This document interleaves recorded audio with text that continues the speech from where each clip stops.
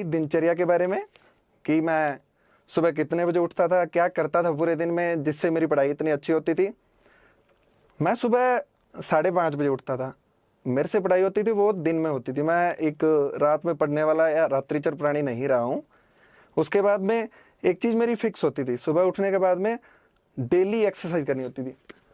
इसका मतलब ये नहीं है कि आप 2 घंटे जिम जा रहे हैं या कुछ भी कर रहे हैं। आप अगर 15 मिनट एक इंटेंस एक्सरसाइज करते हैं तो वो आपके बॉडी की सर्कुलेशन को बहुत तेज कर देती है। अगर बॉडी का ब्लड सर्कुलेशन अच्छा होगा तो हमारे माइंड को ज़्यादा ऑक्सीजन मिलेगी और हमारा माइंड पूरे दिन अच्छे से वर्क करेगा। उसके बाद में आपको एक हेल्दी ब्रेकफास्ट लेना है। हेल्दी ब्रेकफास्ट का मतलब है कि बहुत से लोग बहुत ऑयली चीज़ें खा लेते हैं, बहुत हैवी ले लेते हैं। लाइट सा ब्रेकफास्ट जिसमें फ्रूट्स हों, ड्राई फ्रूट ले सकते हैं, मिल्क ले सकते हैं। उसके बाद में अगर आप चाय कॉफ़ी कुछ भी पीना चाहें तो वो पी सकते हैं। आपको ये अच्छा सा ब्रेकफास्ट करना पड़ेगा। उसके बाद में मेरा शेड्यूल होता था कि मैं रोज़ सुबह 7 बजे लाइब्रेरी पहुंचता था। ये मेरा फिक्स था, मतलब 5-10 मिनट ऊपर नीचे हो सकता है, लेकिन जनरली ट्राई करता था कि 7 बजे से पहले पहुंचूं। 7 बजे लाइब्रेरी पहुंचने के बाद में मैं मेरी स्टडी स्टार्ट करता था। उसके लिए एक मैं आपको अप्रोच बताना चाहूँगा। 50:10 रेशियो होता है ये अप्रोच है। इसमें क्या होता है कि आपको 50 मिनट पढ़ाई करनी होती है और 10 मिनट का आपको ब्रेक लेना होता है। ये ब्रेक इसलिए क्योंकि साइंटिफिकली प्रूवन फैक्ट है कि अगर आप पढ़ाई करते हैं तो लगातार 1 घंटे से ज़्यादा आपका दिमाग थोड़ा एग्जॉस्ट हो जाता है। तो आपको करना है 50 मिनट पढ़ाई करनी है, ये स्टडी, और ये आपका ब्रेक हो जाएगा।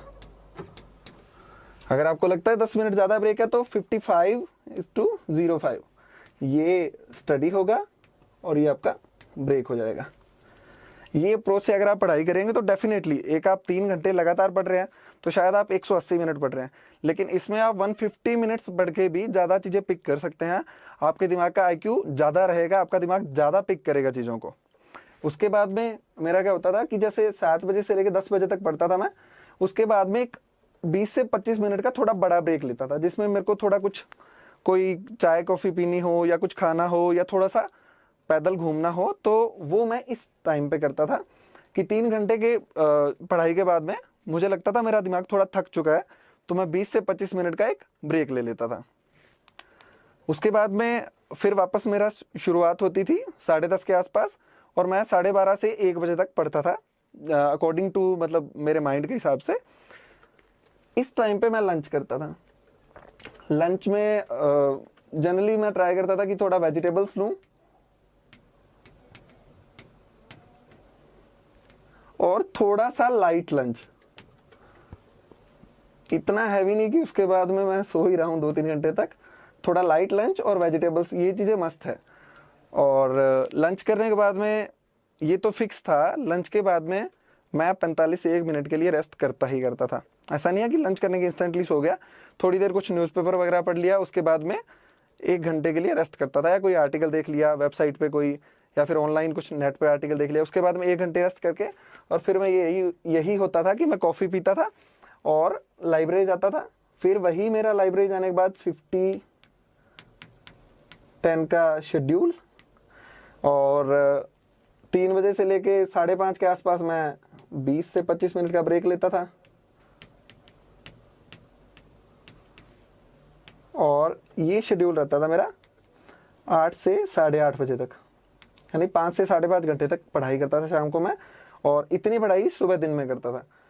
ये करके उसके बाद में मैं जाता था मेरा डिनर के लिए, और 8 से 8:30 बजे के बीच में डिनर होता था मेरा जनरली।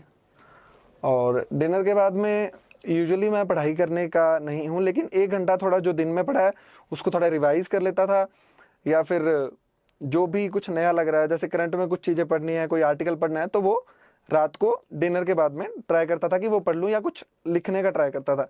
और उसके बाद में रात को 11:30 बजे मेरा फिक्स होता था कि मुझे सोना है।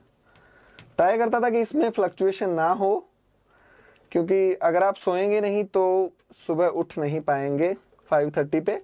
तो इसमें ±15 हो जाता था कि कई बार 15 मिनट पहले सो जाता था, कई बार 15 मिनट बाद में सोता था। तो ये मेरी डेली की रूटीन रहता था, डेली की दिनचर्या रहती थी। पढ़ाई कैसे करनी है, कैसे कंटेंट यूज़ किए थे मैंने, कौन कौन से रिसोर्सेज का सहारा लिया था, वो सब नेक्स्ट वीडियो में मैं बताऊंगा। तो लास्ट में नोट 2-3 चीज़ें हैं जो मैं बताना चाहता हूं आपको। सबसे ज़रूरी चीज़ रेगुलर एक्सरसाइज। आप कुछ भी कर सकते हैं एक्सरसाइज में। आप एक कार्डियो सेशन कर सकते हैं, आप मेडिटेशन कर सकते हैं, या फिर कुछ भी। अगर आप जिम जाते हैं तो मेरे हिसाब से अगर ज़्यादा से ज़्यादा 30 मिनट से ऊपर की एक्सरसाइज ना करें तो सही रहेगा, क्योंकि फिर आपका बॉडी में पेन रहता है। और उसके अलावा एक हेल्दी डाइट,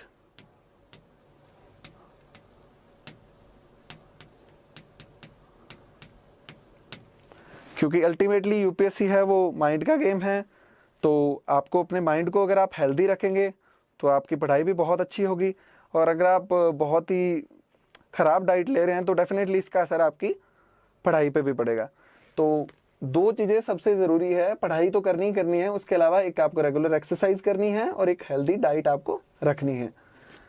और अगर आप ये तीनों चीज़ें रखते हैं, कार्डियो, मेडिटेशन और हेल्दी डाइट, तो डेफिनेटली आपकी पढ़ाई बहुत ज़्यादा बूस्ट हो जाएगी। आप अपनी पढ़ाई में मतलब क्वालिटेटिव जो डिफरेंसेस होते हैं वो देख सकते हैं। ये मैंने खुद ने देखा था। और हेल्दी डाइट के लिए अगर आपको देखना हो तो जैसे गूगल पे, इंटरनेट पे आप बहुत सारी चीज़ें देख सकते हैं। Foods that are good for brain, foods are that makes you active all day. इस टाइप से अगर आप कुछ लिखते हैं तो आपको बहुत सारे फूड मिल जाएंगे, उसमें से कुछ चूज़ कर लीजिए according to your interest, according to जो भी आपको सही लगता है वो फूड आप कर सकते हैं। बहुत ज़्यादा कॉस्टली भी नहीं होते। तो ये सब